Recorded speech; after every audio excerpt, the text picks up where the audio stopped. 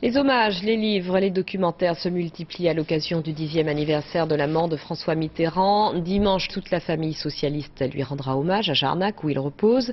Une famille beaucoup moins sévère à son encontre aujourd'hui qu'à la fin de son règne, comme si le temps effaçait les mauvais souvenirs.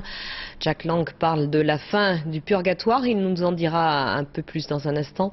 Mais avant ce reportage de Serge Tchiminou et de Romualdra. Janvier 96, Jarnac enterre François Mitterrand. L'enfant du pays, devenu président de la République, est mort 3 jours plus tôt, l'année de ses 80 ans. 10 ans plus tard, la photo de François Mitterrand occupe toute la façade du siège du Parti socialiste.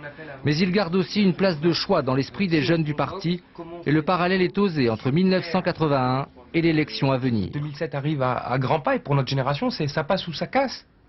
Et François Mitterrand, c'était ça passe. Nous gagnerons. Oui, une victoire fera le printemps et le printemps fera la victoire.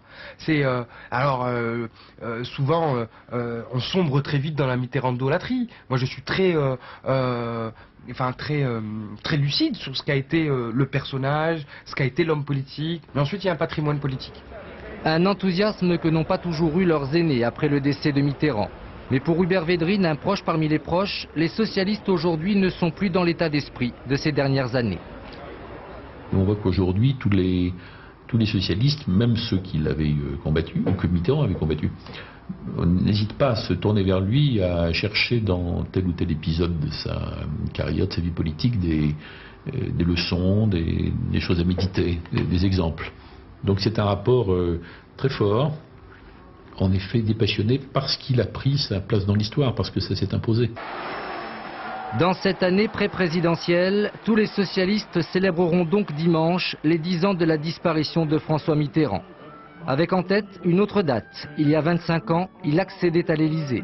C'était alors l'alternance au plus haut sommet de l'État qui fait aujourd'hui rêver beaucoup de leaders socialistes.